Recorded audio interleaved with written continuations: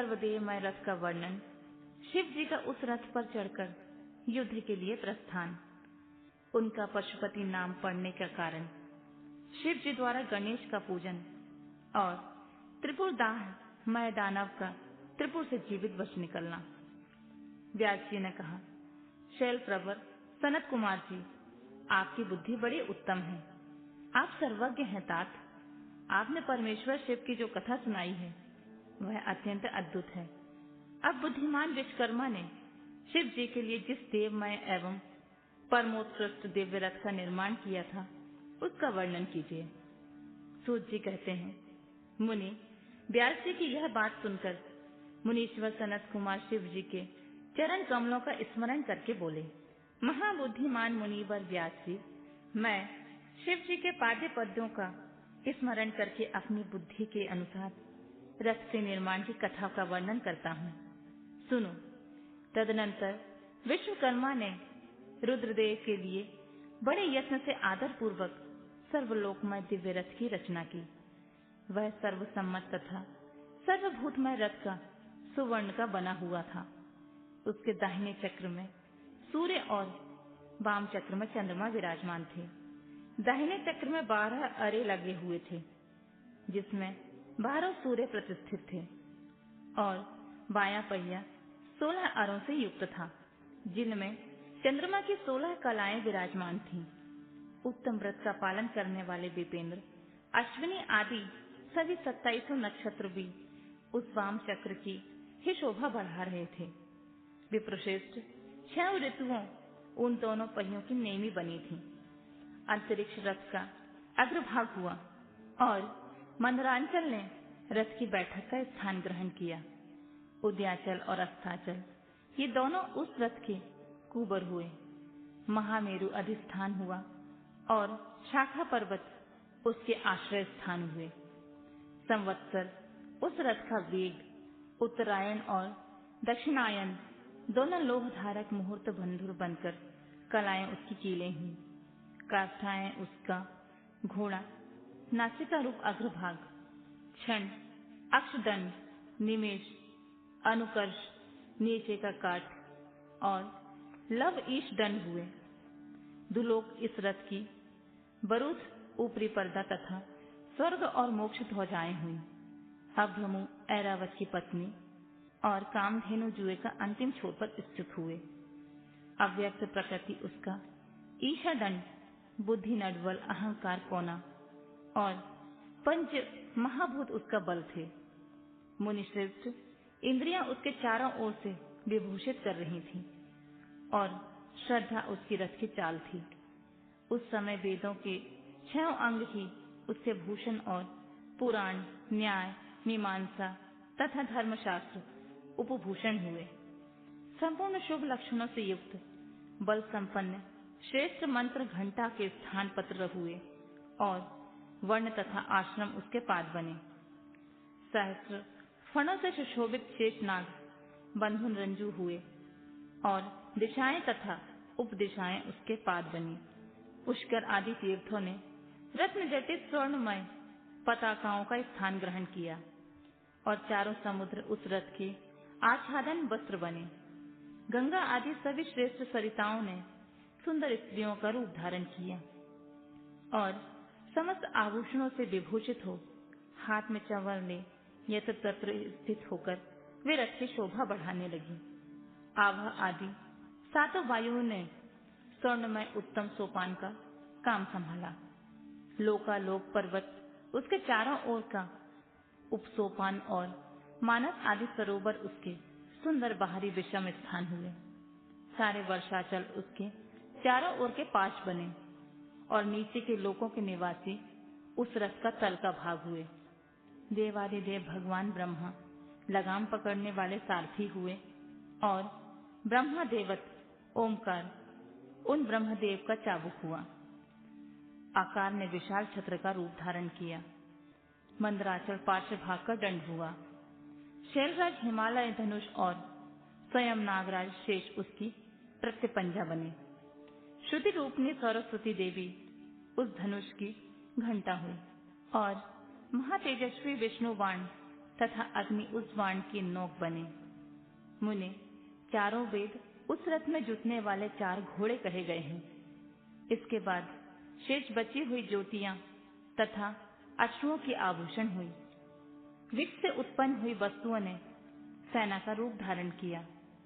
वायु बाजा बजाने वाले और व्यास आदि मुख्य मुख्य ऋषि वाहवाहक हुए। मुनीश्वर, अधिक कहने से क्या लाभ, संक्षेप में बतलाता हूँ कि ब्रह्मांड में जो कुछ वस्तु थी सब उस रथ में विद्यमान थी। इस प्रकार बुद्धिमान विश्वकर्मा ने ब्रह्मा और विष्णु की आज्ञा से उस शुभ रथ का तथा रथ सामग्री का निर्माण किया था। सनत कुमार जी कहते हैं, महर्षि, इस प्रकार के महान दिव्य रथ में जो अनेकाविध आश्रयों से युक्त था, वेद रूपी अश्वों को जोतकर ब्रह्मा ने उसे शिव को समर्पित कर दिया। शंभु को निवेदित करने के पश्चात जो विष्णु आदि देवों के सम्मानीय एवं त्रिशूल धारण करने वाले हैं, उन देवेश्वर की प्रार्थना करके ब्रह्मा जी उन्हें रथ पर चढ़ाने लगे। तब महान ऐश्वर्यशाली सर्वदेवमय शंभु रथ सामग्री से युक्त उस दिव्य रथ पर आरूढ़ हुए। उस समय ऋषि, देवता, गंधर्व, नाग, लोकपाल और ब्रह्मा विष्णु भी उनकी स्तुति कर रहे थे। गान विद्या विशारद अप्सराओं के गण उन्हें घेरे हुए थे। सारथी के स्थान पर ब्रह्मा को देखकर उन वरदायक शंभु की विशेष शोभा हुई। लोक की सारी वस्तुओं से कल्पित उस रथ पर शिवजी चढ़ ही रहे थे कि वेद संभूत से वे घोड़े के सिर के बल भूमि पर गिर पड़े। पृथ्वी पर भूकंप आ गया। सारे पर्वत डगमगाने लगे। सहसा शेषनाग शिव जी का भार न सहन कर सकने के कारण आतुर हो कांप उठे। तब उसी क्षण भगवान धर्मीधर ने उठकर नंदीश्वर का रूप धारण किया और रथ के नीचे जाकर उसे ऊपर उठाया। परंतु नंदीश्वर भी रथ रूढ़ महेश्वर के उस उत्तम तेज को सहन न कर सके। अतः उन्होंने तत्काल ही पृथ्वी पर घुटने टेक दिए। तत्पश्चात भगवान ब्रह्मा ने शिव जी की आज्ञा से हाथ में चाबुक ले घोड़ों को उठाकर उस श्रेष्ठ रथ को खड़ा किया। तदनंतर महेश द्वारा अधिष्ठित उस उत्तम रथ में बैठे हुए ब्रह्मा जी ने रथ में जुटे हुए मन और वायु के समान वेगशाली वेदमय अश्वों को उन तपस्वी दानवों के आकाश स्थित तीनों पुरों को लक्ष्य करके आगे बढ़ाया। तत्पश्चात लोकों के कल्याण करता भगवान रुद्र देवों की ओर दृष्टिपात करके कहने लगे, सुरश्रेष्ठों, यदि तुम लोग देवों तथा अन्य प्राणियों के विषय में पृथक पृथक पशुत्व की कल्पना करके उन पशुओं का आधिपत्य मुझे प्रदान करोगे, तभी मैं उन असुरों का संहार करूंगा, क्योंकि वे दैत्य श्रेष्ठ तभी मारे जा सकते हैं, अन्यथा उनका वध असंभव है। सनत कुमार जी कहते हैं, मुने, अगाध बुद्धि संपन्न देवादिदेव भगवान शंकर की यह बात सुनकर सभी देवता पशुत्व के प्रति सशंकित हो उठे, जिससे उनका मन खिन्न हो गया। तब उनके भाव को समझकर देवादिदेव अंबिकापति शंभु करुणाद्र हो गए। फिर वे हंसकर देवताओं से इस प्रकार बोले, देव श्रेष्ठ, पशु भाव प्राप्त होने पर भी तुम लोगों का पतन नहीं होगा। मैं उस पशु भाव से विमुख होने का उपाय बताता हूँ, तो सुनो, वैसा ही करो। समाहित मन वाले देवताओं, तुम लोगों से सच्ची प्रतिज्ञा करता हूँ कि जो इस दिव्य पशुपत व्रत का पालन करेगा वह पशु तत्व से मुक्त हो जाएगा। सुरश्रेष्ठो, तुम्हारे अतिरिक्त जो अन्य प्राणी भी मेरे पशुपत व्रत को करेंगे वे भी निसंदेह पशुत्व से छूट जाएंगे। जो नैष्ठिक ब्रह्मचर्य का पालन करते हुए 12 वर्षों तक, 6 वर्षों तक अथवा 3 वर्ष तक मेरी सेवा करेगा अथवा कराएगा, वह पशुत्व से विमुख हो जाएगा। इसलिए श्रेष्ठ देवताओं, तुम लोग भी जब इस परमोत्कृष्ट दिव्य व्रत का पालन करोगे तो उसी समय पशुत्व से मुक्त हो जाओगे, इसमें कोई संशय नहीं है। सनत कुमार कहते हैं, महर्षि, परमात्मा महेश्वर का यह वचन सुनकर विष्णु और ब्रह्मा आदि देवताओं ने कहा, तथेति, बहुत अच्छा, ऐसा ही होगा। इसलिए बड़े बड़े देवता तथा असुर भगवान शंकर के पशु बने और पशुत्व रूपी पाठ से विमुक्त करने वाले रुद्र पशुपति हुए। तभी से महेश्वर का पशुपति नाम विश्व में विख्यात हो गया। यह नाम समस्त लोकों में कल्याण प्रदान करने वाला है। उस समय संपूर्ण देवता तथा ऋषि हर्षमग्न होकर जय जयकार करने लगे और देवेश्वर ब्रह्मा विष्णु तथा अन्य प्राणी भी परम आनंद मग्न हो गए। उस अवसर पर महात्मा शिव का जैसा रूप प्रकट हुआ था उसका वर्णन सैकड़ों वर्षों में भी नहीं हो सकता।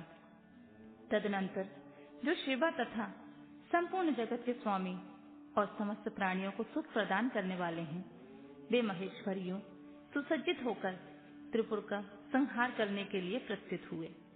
जिस समय देवाधिदेव महादेव त्रिपुर का विनाश करने के लिए चले, उस अवसर पर देवराज आदि सभी प्रधान देवता भी उनके साथ प्रस्थित हुए।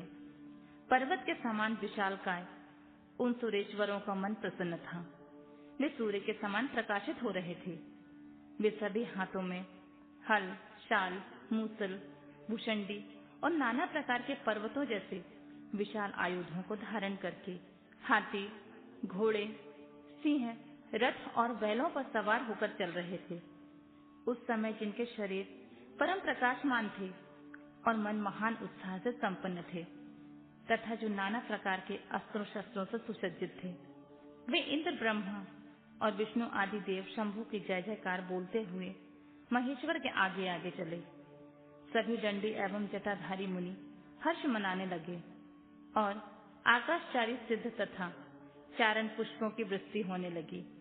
विपेंद्र, त्रिपुर की यात्रा करते समय जितने गणेश्वर शिव जी के साथ थे, उनकी गणना करके कौन पार पा सकता है। तथापि मैं कुछ का वर्णन करता हूँ। योगिन, समस्त गणराजों में श्रेष्ठ भृंगी गणेश्वरों तथा देवगणों से घिरकर विमान पर आरूढ़ होकर महेंद्र की भांति त्रिपुर का विनाश करने के लिए चले।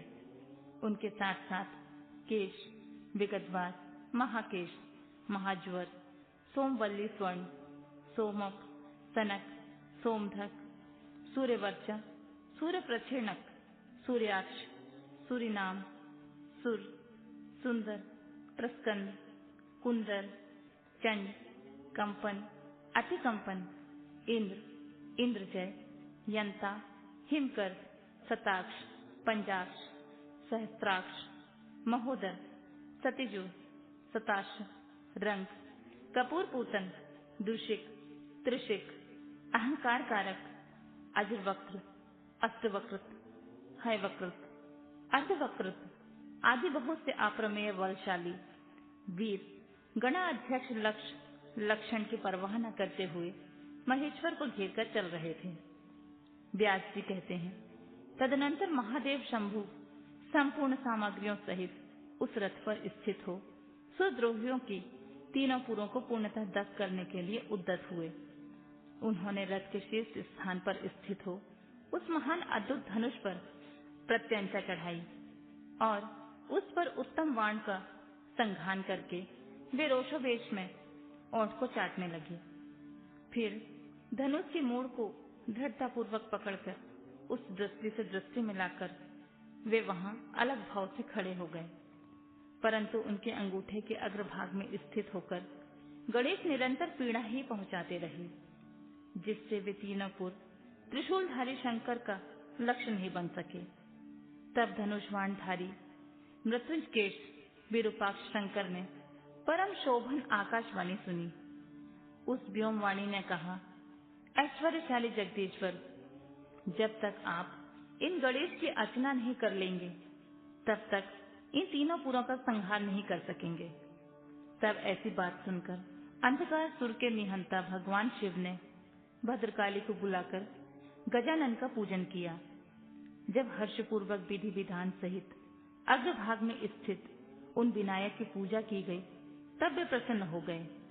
फिर तो भगवान शंकर को उन तारक पुत्र महामनस्वी दैत्यों के तीनों नगर यथोक्त रूप से आकाश में स्थित देख पड़े। इस विषय में कुछ लोग ऐसा कहते हैं कि जब शिव जी स्वयं स्वतंत्र पर ब्रह्मा सगुण, निर्गुण, सबके द्वारा अलक्ष्य स्वामी परमात्मा निरंजन पंचदेवमय पंचदेवों के उपास्य और परात्पर प्रभु हैं। वे ही सबके उपास्य हैं, उनका उपास्य कोई नहीं है।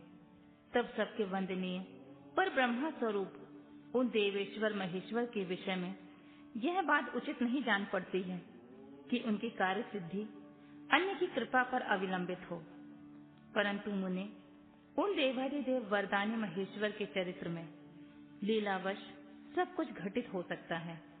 अस्तु, इस प्रकार जब गणाधिप का पूजन करके महादेव जी स्थित हुए, तब वे तीनों पुर कालवश शीघ्र ही एकता को प्राप्त हो गए। मुने, उन त्रिपुरों के परस्पर मिल जाने, एक हो जाने पर महान आत्मबल से संपन्न देवताओं को महान हर्ष हुआ। तब संपूर्ण देवगण सिद्ध और परमर्षि अष्टमूर्तिधारी शिव की स्तुति करके उच्च स्वर में जय जयकार करने लगे। उस समय ब्रह्मा और जगदीश्वर विष्णु ने कहा, महेश्वर, तारक के पुत्र उन त्रिपुर निवासी दैत्यों का वध का समय आ गया है। विभो, इसलिए ये पुर एकता को प्राप्त हो गए हैं। अतः देवेश, जब तक ये पुर पुनः विलग न हो, उसके पहले ही आप बाण छोड़कर इन्हें भस्म कर डालिए और देवताओं का कार्य सिद्ध कीजिए। मुनि, तदनंतर शिव जी ने धनुष की डोरी चढ़ाकर उस पर पूज्य पशुपतास्त्र नामक बाण से संघान किया और उसे वे त्रिपुर पर छोड़ने का विचार करने लगे। शंकर जी ने जिस समय अपने अद्भुत धनुष को खींचा, उस समय अभिजीत मुहूर्त चल रहा था। उन्होंने धनुष की टंकार तथा दुसह सिहनाद करके अपना नाम घोषित किया और उन महासुरों को ललकार कर करोड़ों सूर्यों के समान प्रकाशमान उस भीषण बाण को उन पर छोड़ दिया। तब जिसके नोक पर अग्निदेव प्रतिष्ठित थे और जो विशेष रूप से पाप का विनाशक तथा विष्णुमय था, उस महान जावल्यमान शीघ्रगामी बाण ने उस त्रिपुर निवासी दैत्यों को दग्ध कर दिया। तत्पश्चात वे तीनों पुर भी भस्म हो गए और एक साथ चारों समुद्र रूपी मेखला वाली भूमि पर गिर पड़े। उस समय शिव जी की पूजा का अतिक्रमण कर देने के कारण सैकड़ों दैत्य उस बाण स्थित अग्नि में जलकर हाहाकार मचा रहे थे। तब भाइयों सहित तारकाक्ष जलने लगा और उसने अपने स्वामी भक्त वत्सल भगवान शंकर का स्मरण किया और मन ही मन महादेव को देखकर परम भक्ति पूर्वक नाना प्रकार का विलाप करता हुआ उनसे कहने लगा। तारकाक्ष बोला, भव, आप हम पर प्रसन्न हैं, यह हमें ज्ञात हो गया है। इस सत्य के प्रभाव से आप फिर कब भाइयों सहित हमें दग्ध करेंगे। भगवान, जो देवता और असुरों के लिए आप प्राय हैं, वह आपके हाथ में मरण रूप दुर्लभ लाभ हमें प्राप्त हो गया।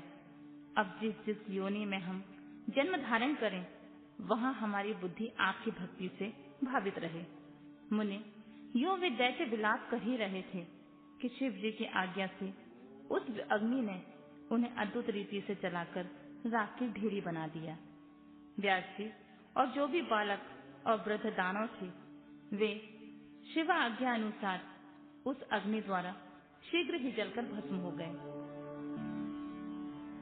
यहाँ तक कि उन त्रिपुरों में जितनी स्त्रियां और पुरुष थे, वे सब के सब उस अग्नि में उसी प्रकार दग्ध हो गए जैसे कल्पांतर में जगत भस्म हो जाता है। उस समय उस भीषण अग्नि से कोई भी स्थावर जंगम बिना जले नहीं बचा, किंतु असुरों का विश्वकर्मा अविनाशीमय बच गया, क्योंकि वह देवों का अविरोधी शंभु के तेज से सुरक्षित था। विपत्ति के अवसर पर भी वह महेश्वर का शरणागत बना रहता था। जिन दैत्यों तथा अन्य प्राणियों का भाव अभाव अथवा कृत आकृत के प्राप्त होने पर नाशकारक पतन नहीं होता, वे विनाश से बचे रहते हैं। इसलिए सत्पुरुषों को अत्यंत संभावित उत्तम कर्म के लिए ही प्रयत्न करना चाहिए, क्योंकि निंदित कर्म करने से प्राणी का विनाश हो जाता है। अतः गर्हित कर्म का आचरण भूलकर भी न करें।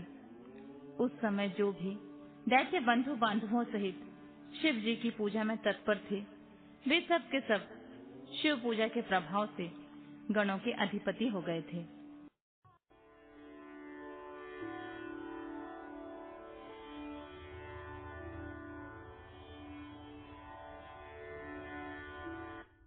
देवों के स्तवन से शिव जी का कोप शांत होना और शिव जी का उन्हें वर देना, मैं दानव का शिव जी के समीप आना और उनसे वर याचना करना, शिव जी से वर पाकर मैं का बितर लोक में जाना। व्यास जी ने पूछा, महाबुद्धिमान सनत कुमार जी, आप तो ब्रह्मा के पुत्र और शिव भक्तों में सर्वश्रेष्ठ हैं, अतः आप धन्य हैं। आप यह बतलाइए कि त्रिपुर के दग्ध हो जाने पर भी संपूर्ण देवताओं ने क्या किया, मैं कहाँ गया और उन त्रिपुराध्यक्षों की क्या गति हुई। यदि यह वृतांत शंभु की कथा से संबंध रखने वाला हो तो सब विस्तार पूर्वक मुझसे कहिए। सूत जी कहते हैं, मुनि व्यास जी का प्रश्न सुनकर सृष्टिकर्ता ब्रह्मा के पुत्र भगवान सनत कुमार शिव जी के युगल चरणों का स्मरण करके बोले। सनत कुमार जी ने कहा, महाबुद्धिमान व्यास, जब महेश्वर ने दैत्यों से खचाखच भरे हुए संपूर्ण त्रिपुर को भस्म कर दिया, तब सभी देवताओं को महान आश्चर्य हुआ। उस समय शंकर जी के महान भयंकर रौद्र रूप को, जो करोड़ों सूर्यों के समान प्रकाशमान और प्रलयकालीन अग्नि की भांति तेजस्वी था, तथा जिसके देव से 10 दिशाएं प्रज्वलित सी दिख रही थीं, देखकर साथ ही हिमाचल पुत्री पार्वती देवी की ओर दृष्टिपात करके संपूर्ण देवता भयभीत हो गए। तब मुख्य मुख्य देवता विनम्र होकर उनके सामने खड़े हो गए। उस अवसर पर बड़े बड़े ऋषि भी देवताओं की वाहिनी को भयभीत देखकर खड़े रह गए और कुछ भी ना बोल सके। वे चारों ओर से शंभु को प्रणाम करने लगे। तत्पश्चात ब्रह्मा भी शिव जी के उस रूप को देखकर भयग्रस्त हो गए। तब उन्होंने डरे हुए विष्णु तथा देवगणों के साथ प्रसन्न मन से सावधानी पूर्वक उन गिरिराज सहित महेश्वर का, जो देवों के भी देव, भय तथा हर नाम से प्रसिद्ध, भक्तों के अधीन रहने वाले और त्रिपुर हंता हैं, स्तवन किया। तदनंतर सभी प्रमुख देवताओं ने भगवान शिव की स्तुति की। यूं स्तुति किए जाने पर लोकों के कल्याण करता शंकर प्रसन्न होकर बोले, ब्रह्मा विष्णु और देवगण, मैं तुम लोगों पर विशेष रूप से प्रसन्न हूँ, अतः तुम सभी विचार करके अपना मनोवांछित वर मांग लो। सनत कुमार जी कहते हैं, मुनि श्रेष्ठ, शिव द्वारा कहे गए वचन को सुनकर सभी देवताओं का मन प्रसन्नता से खिल उठा और फिर वे बोल उठे। देवताओं ने कहा, भगवन देवाधिदेव, यदि आप हम पर प्रसन्न हैं और हम देवगणों को अपना दास समझकर वर देना चाहते हैं, तो देव सम्मत जब जब देवताओं पर दुख की संभावना हो, तब तब आप प्रकट होकर सदा उनके दुखों का विनाश करते रहें। सनत कुमार जी कहते हैं, महर्षि, जब ब्रह्मा विष्णु और देवताओं ने भगवान रुद्र से ऐसी प्रार्थना की, तब वे शांत तथा प्रसन्न होकर एक साथ सबसे बोले, अच्छा, सदा ऐसा ही होगा। ऐसा कहकर शंकर जी ने, जो सदा देवों का दुख हरण करने वाले हैं, प्रसन्नता पूर्वक देवों को जो कुछ अभीष्ट था वह सारा का सारा उन्हें प्रदान कर दिया। इसी समय मैं दानव, जो शिव जी की कृपा के बल से जलने से बच गया था, शंभु को प्रसन्न देखकर हर्षित मन से वहां आया। उसने विनीत भाव से हाथ जोड़कर प्रेम पूर्वक हर तथा अन्य देवों को भी प्रणाम किया। फिर वह शिव जी के चरण में लौट गया। तत्पश्चात दानव श्रेष्ठ मैं ने उठकर शिव जी की ओर देखा। उस समय प्रेम के कारण उनका गला भर आया और वह भक्तिपूर्ण चित्त से उनकी स्तुति करने लगा। द्विजश्रेष्ठ मैं द्वारा किए गए स्तवन को सुनकर परमेश्वर शिव प्रसन्न हो गए और आदर पूर्वक उससे बोले, दानव श्रेष्ठ मैं तुझ पर प्रसन्न हूँ, अतः तू वर मांग ले। इस समय जो कुछ तेरे मन की अभिलाषा होगी, मैं उसे अवश्य पूर्ण करूंगा। सनत कुमार जी कहते हैं, मुने, शंभु के इस मंगलमय वचन को सुनकर दानव श्रेष्ठ मैं ने अंजलि बांधकर विनम्र होकर उन प्रभु के चरणों में नमस्कार करके कहा। मैं बोला, देवाधिदेव महादेव, यदि आप मुझ पर प्रसन्न हैं और मुझे वर पाने का अधिकारी समझते हैं, तो अपनी शाश्वती भक्ति मुझे प्रदान कीजिए।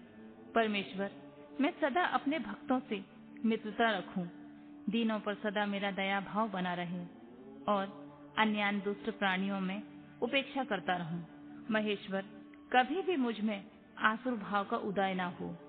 नाथ, निरंतर आपके शुभ भजनों में तल्लीन रहकर निर्भय बना रहूं। सनत कुमार जी कहते हैं, व्यास जी, शंकर जी तो सबके स्वामी तथा भक्त वत्सल हैं। मैंने जब इस प्रकार उन परमेश्वर की प्रार्थना की, तब वे प्रसन्न होकर मैं से बोले। महेश्वर ने कहा, दानव सत्तम, तू मेरा भक्त है, तुझ में कोई भी विकार नहीं है, अतः तू धन्य है। अब मैं तेरे लिए जो कुछ भी अभीष्ट वर है, वह सारा का सारा तुझे प्रदान करता हूँ। अब तू मेरी आज्ञा से अपने परिवार सहित वितत लोक में चला जा। वह स्वर्ग से भी रमणीय है। तू वहाँ प्रसन्न चित्त से मेरा भजन करते हुए निर्भय होकर निवास कर। मेरी आज्ञा से कभी भी तुझ पर आसुर भाव का प्राकट्य नहीं होगा। सनत जी कहते हैं, मुने, मैंने महात्मा शंकर की उस आज्ञा को सिर झुकाकर स्वीकार कर लिया तथा उन्हें तथा अन्य देवों को भी प्रणाम करके वह पितृ लोक को चला गया।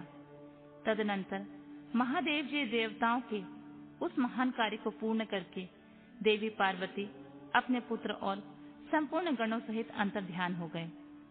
जब परिवार समेत भगवान शिव अंतर्हित हो गए, तब वह धनुष, बाण, रथ आदि सारा उपकरण भी अदृश्य हो गया। तत्पश्चात ब्रह्मा, विष्णु तथा अन्य देव, मुनि, गंधर्व, किन्नर, नाग, सर्प, अप्सरा और मनुष्यों को महान हर्ष प्राप्त हुआ। वे सभी शंकर जी का उत्तम यश का बखान करते हुए आनंद पूर्वक अपने अपने स्थान को चले गए। वहां पहुंचकर उन्हें परम सुख की प्राप्ति हुई। महर्षि, इस प्रकार मैंने शशि मौली शंकर जी का विशाल चरित्र, जो त्रिपुर विनाश को सूचित करने वाला तथा परमोत्कृष्ट लीला से युक्त है, वह सारा का सारा तुम्हें सुना दिया है।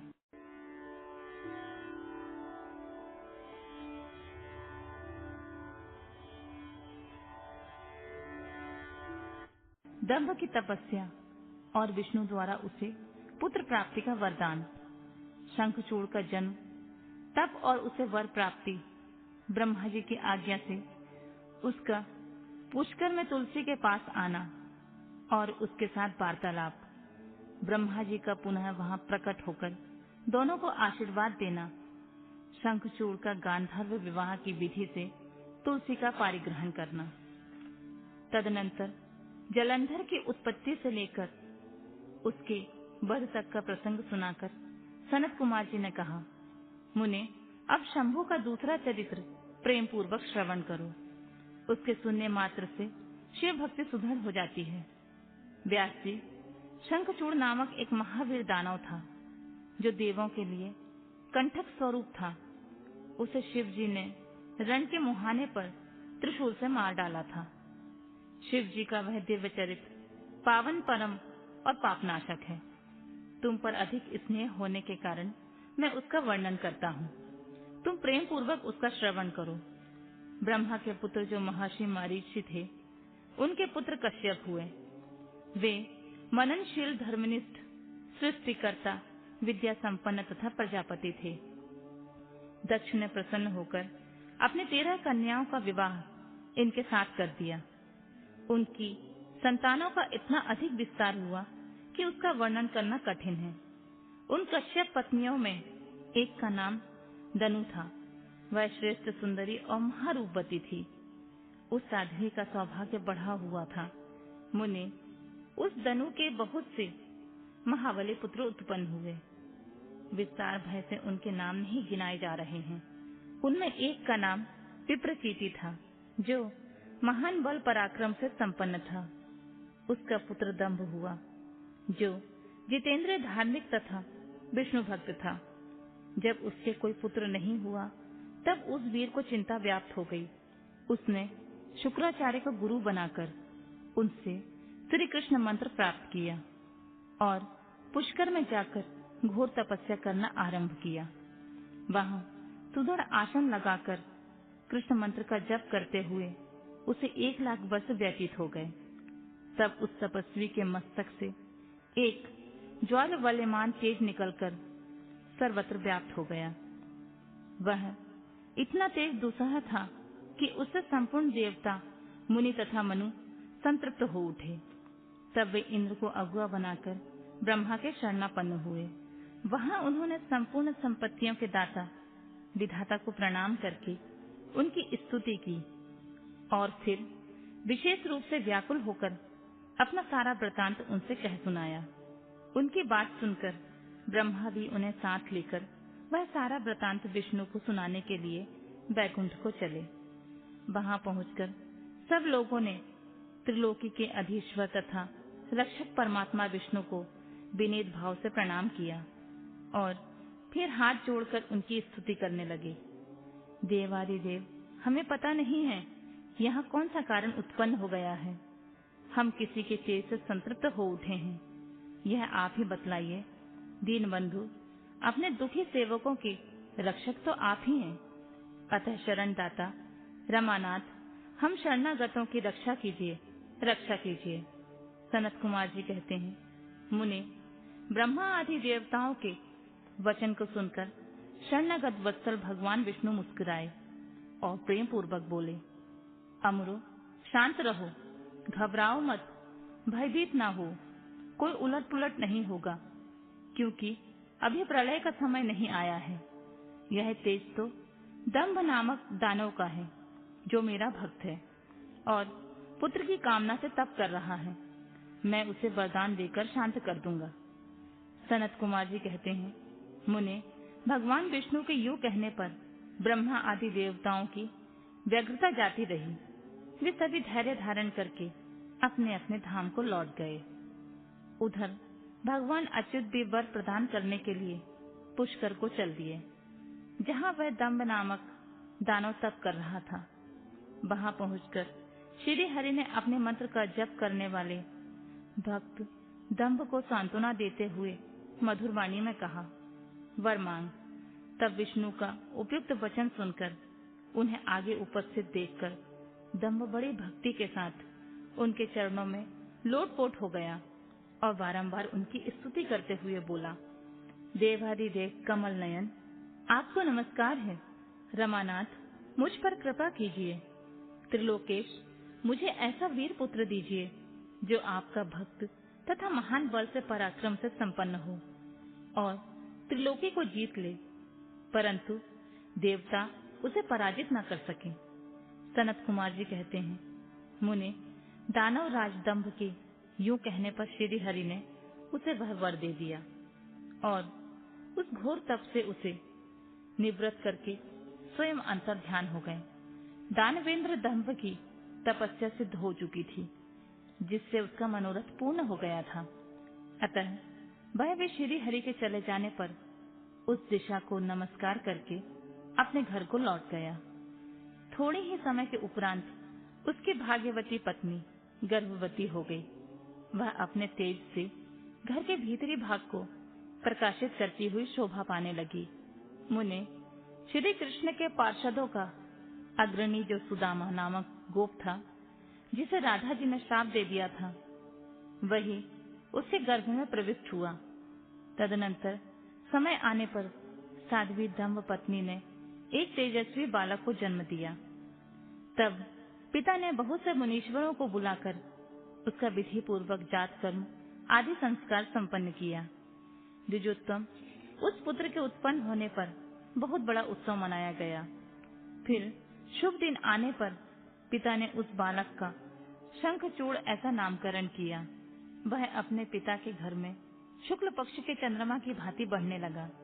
वह अत्यंत तेजस्वी था, अतः उसने बचपन में ही सारी विद्याएं सीख ली और नित्र बाल क्रीड़ा में करके अपने माता पिता का हर्ष बढ़ाने लगा और अपने समस्त कुटुंबियों का तो वह विशेष रूप से प्रेम भाजन हो गया। तदनंतर जब शंखचूड़ बड़ा हुआ, तब वह जेगी शब्द मुनि के उपदेश से पुष्कर में जाकर ब्रह्मा जी को प्रसन्न करने के लिए भक्ति पूर्वक तपस्या करने लगा। उस समय वह एकांत मग्न होकर अपनी इंद्रियों को काबू में करके गुरुपदस्थ ब्रह्म विद्या का जप करता रहा। यूं पुष्कर में तपस्या करते हुए दानवराज शंखचूड़ को वर देने के लिए लोक गुरु एवं ऐश्वर्यशाली ब्रह्मा शीघ्र वहां पधारे और उस दानवेंद्र से बोले, वर मांग। ब्रह्मा जी को देखकर उसने अत्यंत नम्रता से उन्हें अभिवादन किया और फिर उत्तम वाणी से उनकी स्तुति की। तत्पश्चात उसने ब्रह्मा से वर मांगते हुए कहा, भगवान, मैं देवताओं के लिए अजेय हो जाऊं। तब ब्रह्मा जी परम प्रसन्न होकर बोले, तथास्तु, ऐसा ही होगा। फिर उन्होंने शंखचूड़ को वह दिव्य श्री कृष्ण कवच प्रदान किया जो जगत के संपूर्ण मंगलों का भी मंगल और सर्वत्र विजय प्रदान करने वाला है। तदनंतर ब्रह्मा जी ने उसे आज्ञा दी कि तुम बद्री वन को जाओ। वहीं धर्मध्वज की कन्या तुलसी सकाम भाव से तपस्या कर रही है, तुम उसके साथ विवाह कर लो। यूं कहकर ब्रह्मा जी उसी क्षण उसके सामने ही तुरंत अंतर्ध्यान हो गए। तब तपसिद्ध शंखचूड़ ने भी, जिसके सारे मनोरथ तपोबल से पूर्ण हो चुके थे और मुख पर प्रसन्नता खेल रही थी, पुष्कर में ही उस जगत के मंगलों के भी मंगल स्वरूप कवच को गले में बांध लिया और ब्रह्मा के आज्ञा अनुसार वह तत्काल ही बद्र का आश्रम को चल पड़ा। वहां दानव शंखचूड़ सहसा उस स्थान पर जा पहुंचा जहां धर्मध्वज की पुत्री तुलसी तप कर रही थी। सुंदरी तुलसी का रूप अत्यंत कमनीय और मनोहर था। वह उत्तम शील से संपन्न थी। उस सती को देखकर शंखचूड़ उसके समीप ही ठहर गया और मधुर वाणी में उससे बोला, सुंदरी, तुम कौन हो? किसकी पुत्री हो? तुम यहाँ चुपचाप बैठकर क्या कर रही हो? यह सारा रहस्य मुझे बतलाओ। सनत कुमार जी कहते हैं, मुने, शंखचूड़ के ये सकाम वचन सुनकर तुलसी ने उससे कहा। तुलसी बोली, मैं धर्मध्वज की तपस्विनी कन्या हूँ और यहाँ तपोवन में तप कर रही हूँ। आप कौन हैं? सुखपूर्वक अपने अभीष्ट स्थान को चले जाइए, क्योंकि नारी जाति ब्रह्मा आदि को भी मुंह में डाल देने वाली होती है। यह विष तुल्य निंदनीय दोष उत्पन्न करने वाली माया रूपणी तथा विचारशीलों को भी श्रृंखला के समान जकड़ लेने वाली होती है। सनत कुमार जी कहते हैं, महर्षि, तुलसी जब इस प्रकार की रस भरी बातें कहकर चुप हो गई, तब उसे मुस्कुराती देखकर शंखचूड़ ने कहना आरंभ किया, देवी, तुमने जो बात कही है वह सारी की सारी मिथ्या हो। ऐसी बात नहीं है। उसमें कुछ सत्य है और कुछ असत्य भी। इसका विवरण मुझसे सुनो। शोभने, जगत में जितनी पतिव्रता नारियां हैं, उनमें तुम अग्रणी हो। मेरा तो ऐसा विचार है कि जैसे मैं पाप बुद्धि कामी नहीं हूँ, उसी प्रकार तुम भी काम पराधीना नहीं हो। फिर मैं इस समय ब्रह्मा जी की आज्ञा से तुम्हारे समीप आया हूँ और गांधर्व विवाह की विधि से तुम्हें ग्रहण करूंगा। भद्रे, क्या तुम मुझे नहीं जानती हो? अथवा तुमने कभी मेरा नाम नहीं सुना है? अरे, देवताओं में भगदड़ डालने वाला शंखचूड़ मैं ही हूँ। मैं दनु का वंशज तथा दंभ नामक दानव का पुत्र हूँ। पूर्व काल में मैं श्री हरि का पार्षद था। मेरा नाम सुदामा गोप था। इस समय मैं राधिका जी के शाप से दानवराज शंखचूड़ होकर उत्पन्न हुआ हूँ। ये सारी बातें मुझे ज्ञात हैं, क्योंकि श्री कृष्ण के प्रभाव से मुझे अपने पूर्व जन्म का स्मरण बना हुआ है। सनत कुमार जी कहते हैं, मुने, तुलसी के समक्ष यूं कहकर शंखचूड़ चुप हो गया। वह दानवराज ने आदर पूर्वक तुलसी से ऐसा सत्य वचन कहा। तब वह परम प्रसन्न हुई और मुस्कुराकर कहने लगी, भद्र पुरुष, आज आपने अपने सात्विक विचार से मुझे पराजित कर दिया है। जो पुरुष स्त्री द्वारा परास्त न हो सके, वह संसार में धन्यवाद का पात्र है, क्योंकि जिसे स्त्री जीत लेती है, वह पुरुष सदाचारी होते हुए भी सदा अपावन बना रहता है। देवता, पितर और समस्त मानव उसकी निंदा करते हैं। जनना शौच तथा मरणासोच में ब्राह्मण 10 दिनों में, क्षत्रिय 12 दिनों में और वैश्य 15 दिनों में शुद्ध हो जाता है तथा शूद्र की शुद्धि 1 मास में हो जाती है। ऐसा वेद का अनुशासन है।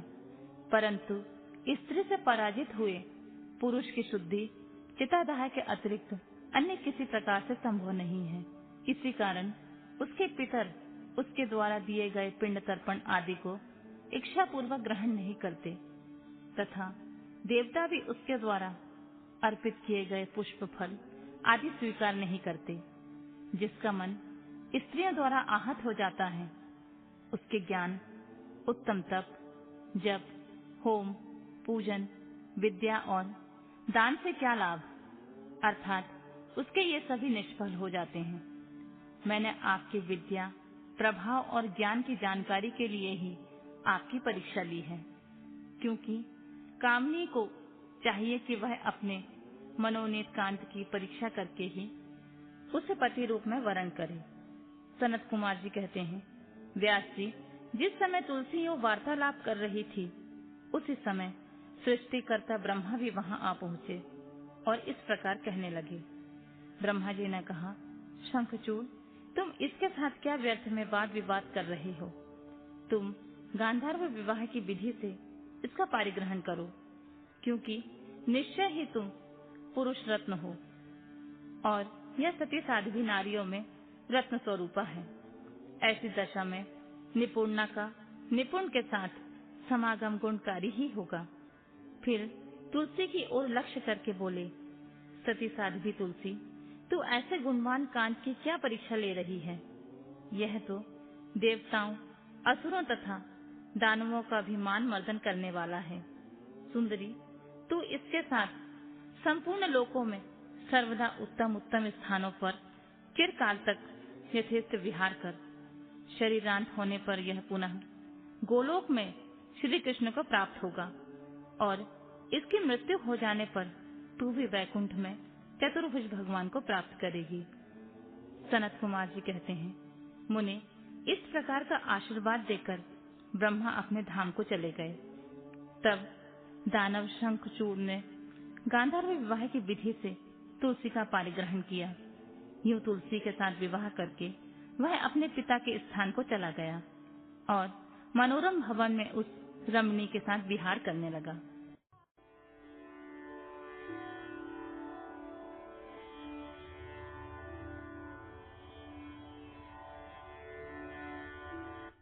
शंखचूड़ का असुर राज्य पर अभिषेक और उसके द्वारा देवों का अधिकार छीना जाना, देवों का ब्रह्मा जी की शरण में जाना, ब्रह्मा जी का उन्हें साथ लेकर विष्णु के पास जाना, विष्णु द्वारा शंखचूड़ के जन्म का रहस्य उद्घाटन करना और फिर सबका शिव के पास जाना और शिव सभा में उनकी झांकी करना तथा अपना अभिप्राय प्रकट करना। सनत कुमार जी कहते हैं, महर्षि, जब शंखचूड़ ने तप करके वर प्राप्त कर लिया और विवाहित होकर अपने घर लौट आया, तब दानवों और दैत्यों को बड़ी प्रसन्नता हुई। वे सभी तुरंत ही अपने लोकों से निकलकर अपने गुरु शुक्राचार्य को साथ लेकर दल बनाकर उनके निकट आए और विनय पूर्वक उन्हें प्रणाम करके अनेकों प्रकार से आदर प्रदर्शित करते हुए उसका स्तवन करने लगे। फिर उसे अपना तेजस्वी स्वामी मानकर अत्यंत प्रेम भाव से उसके पास ही खड़े हो गए। उधर दंभ कुमार शंखचूड़ ने भी अपने कुल गुरु शुक्राचार्य को आया हुआ देखकर बड़े आदर और भक्ति के साथ उन्हें साष्टांग प्रणाम किया। तदनंतर गुरु शुक्राचार्य ने समस्त असुरों के साथ सलाह करके उनकी सम्मति से शंखचूड़ को दानव और असुरों का अधिपति बना दिया। दंभ पुत्र शंखचूड़ प्रतापी एवं वीर तो था, उस समय असुर राज्य पर अभिषिक्त होने के कारण ही वह असुर राज विशेष रूप से शोभा पाने लगा। तब उसने सहसा देवताओं पर आक्रमण करके वेग पूर्वक उनका संहार करना आरंभ किया। संपूर्ण देवता मिलकर भी उसके उत्कृष्ट तेज को सहन न कर सके, अतः वे समर भूमि से भाग चले और दीन होकर यत्र तत्र पर्वतों की खोहों में जा छिपे। उनकी स्वतंत्रता जाती रही। वे शंखचूड़ के वशवर्ती होने के कारण प्रभाहीन हो गए। उधर शूरवीर प्रतापी दंभकुमार दानवराज शंखचूड़ ने भी संपूर्ण लोकों को जीतकर देवताओं का सारा अधिकार छीन लिया। वह त्रिलोकी को अपने अधीन करके संपूर्ण लोकों पर शासन करने लगा और स्वयं इंद्र बनकर सारे यज्ञ भागों को भी हड़पने लगा तथा अपनी शक्ति से कुबेर, सोम, सूर्य, अग्नि, यम और वायु आदि के अधिकारों का भी पालन कराने लगा। उस समय महान बल पराक्रम से संपन्न महावीर शंखचूड़ समस्त देवताओं, असुरों, दानवों, राक्षसों, गंधर्वों, नाग, किन्नरों, मनुष्यों तथा त्रिलोकी के अन्य प्राणियों का एक छत्र सम्राट था। इस प्रकार महान राजराजेश्वर शंखचूड़ बहुत वर्षों तक संपूर्ण भुवनों के राज्य का उपभोग करता रहा। उसके राज्य में न अकाल पड़ता था, न महामारी और न अशुभ ग्रहों का प्रकोप था। आदि व्याधियां भी अपने प्रभाव को नहीं डाल पाती थीं। यूं सारी प्रजा सदा सुखी रहती थी। पृथ्वी बिना जोते ही अनेक प्रकार के धान्य उत्पन्न करती थी। नाना प्रकार की औषधियां उत्तम उत्तम फलों से और रसों से युक्त थी। उत्तम उत्तम मणियों की खदानें थीं। समुद्र अपने तटों पर निरंतर ढेर के ढेर रत्न बिखेरते रहते थे। वृक्षों में सदा पुष्प लगे रहते थे। सरिताओं में सुस्वाद नीर बहता था। देवताओं के अतिरिक्त सभी जीव सुखी थे। उनमें किसी प्रकार का विकार उत्पन्न नहीं होता था। चारों वर्णों और आश्रमों के सभी लोग अपने अपने धर्म में स्थित रहते थे। इस प्रकार जब वह त्रिलोकी का शासन कर रहा था, उस समय कोई भी दुखी नहीं था। केवल देवता भ्रातृद्रोहवश दुख उठा रहे थे। मुने महाबली शंखचूड़ गोलोक निवासी श्री कृष्ण का परम मित्र था। साधु स्वभाव वाला वह सदा श्री कृष्ण की भक्ति में निरत रहता था। पूर्व शापवश उसे दानव की योनि में जन्म लेना पड़ा था, परंतु दानव होने पर भी उसकी वृद्धि दानव की सी नहीं थी। प्रिय व्यास जी, तदनंतर जो पराजित होकर राज्य से हाथ धो बैठे थे, वे सभी सुरगुण तथा ऋषि परस्पर मंत्रणा करके ब्रह्मा जी की सभा को चले गए। वहां पहुंचकर उन्होंने ब्रह्मा जी का दर्शन किया और उनके चरणों में अभिवादन करके विशेष रूप से उनकी स्तुति की। फिर अकुलता पूर्वक अपना सारा वृतांत उन्हें कह सुनाया। तब ब्रह्मा उन सभी देवताओं तथा मुनियों को ढांढस बनाकर उन्हें साथ ले सत्पुरुषों को सुख प्रदान करने वाले वैकुंठ लोक में चल पड़े। वहां पहुंचकर देवगणों सहित ब्रह्मा ने रमापति का दर्शन किया। उनके मस्तक पर किरीट सुशोभित था, कानों में कुंडल झलमला रहे थे और कंठ वनमाला से विभूषित थी। वे चतुर्भुज देव अपने चारों भुजाओं में शंख, चक्र, गदा और पद्म धारण किए हुए थे। श्री विग्रह पर पीतांबर शोभा दे रहा था और सनंदन आदि सिद्ध उनकी सेवा में नियुक्त थे। ऐसे सर्वव्यापी विष्णु की झांकी करके ब्रह्मा आदि देवताओं तथा मुनीश्वर ने उन्हें प्रणाम किया और भक्ति पूर्वक हाथ जोड़कर उनकी स्तुति करने लगे। देवता बोले, सामर्थ्यशाली वैकुंठाधिपते, आप देवों के देव भी और लोकों के स्वामी हैं। आप त्रिलोकी के गुरु हैं। श्री हरे, हम सब आपके शरणापन्न हुए हैं। आप हमारी रक्षा कीजिए। अपनी महिमा से कभी युक्त न होने वाले ऐश्वर्यशाली त्रिलोकेश, आप ही लोकों के पालक हैं। गोविंद, लक्ष्मी आप में निवास करती है और आप अपने भक्तों के प्राण स्वरूप हैं। आपको हमारा नमस्कार है। इस प्रकार स्तुति करके सभी देवता श्री हरि के आगे रो पड़े। उनकी बात सुनकर भगवान विष्णु ने ब्रह्मा से कहा, ब्रह्मा, यह वैकुंठ योगियों के लिए भी दुर्लभ है। तुम यहाँ किस लिए आए हो? तुम पर कौन सा कष्ट आ पड़ा है? वह यथार्थ रूप से मेरे सामने उसका वर्णन करो।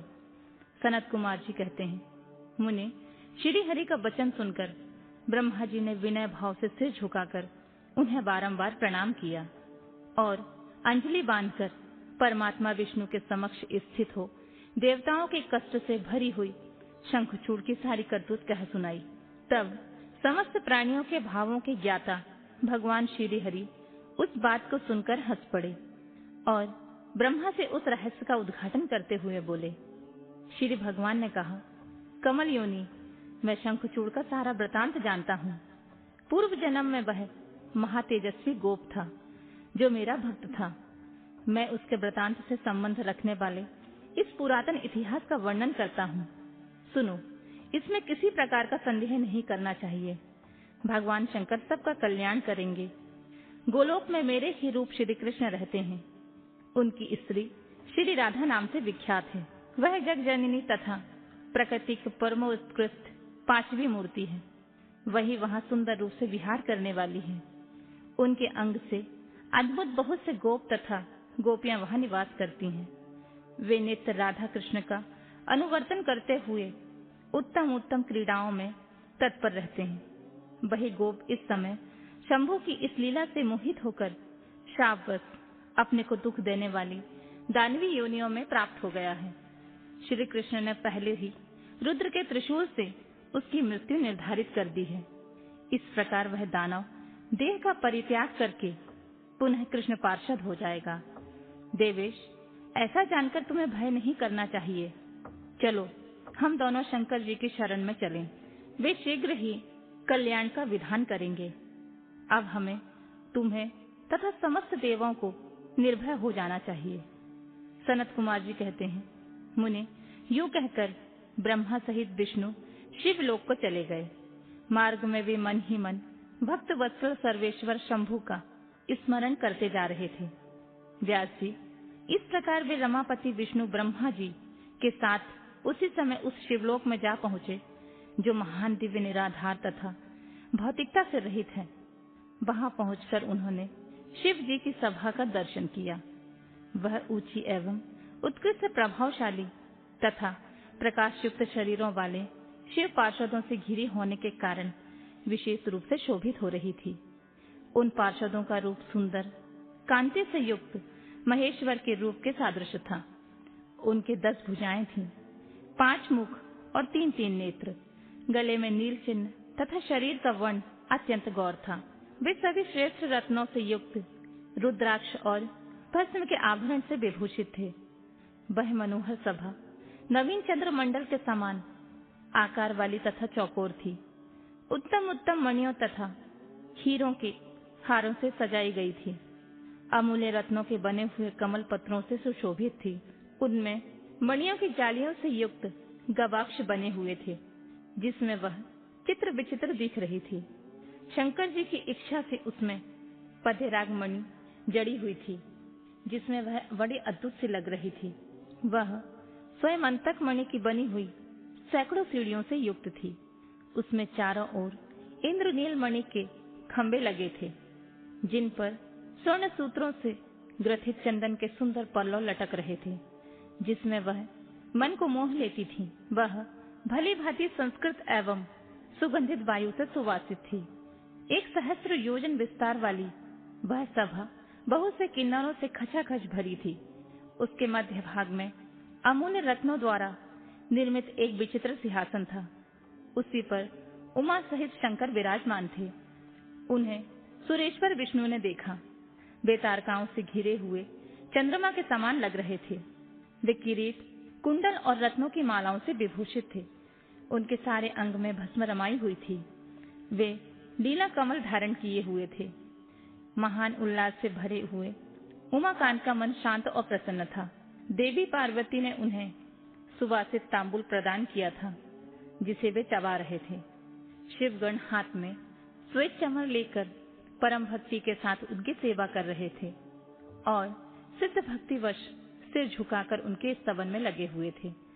वे गुणातीत, परेशान, त्रिदेवों के जनक, सर्वव्यापी, निर्विकल्प, निराकार, स्वेच्छा अनुसार, साकार, कल्याण स्वरूप, माया रहित, अजन्मा, आद्य, माया के अधीश्वर, प्रकृति और पुरुष से भी परात्पर, सर्वसमर्थ, परिपूर्णतम और समता युक्त हैं।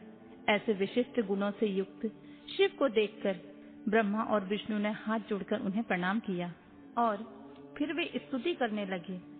विविध प्रकार से स्तुति करके अंत में वे बोले, भगवान, आप दीनों और अनाथों के सहायक, दीनों के प्रतिपालक, दीनबंधु, त्रिलोकी के अधीश्वर और शरणागत वत्सल हैं। गौरीश, हमारा उद्धार कीजिए। परमेश्वर, हम पर कृपा कीजिए। नाथ, हम आपके अधीन हैं। अब आपकी जैसी इच्छा हो वैसा करें।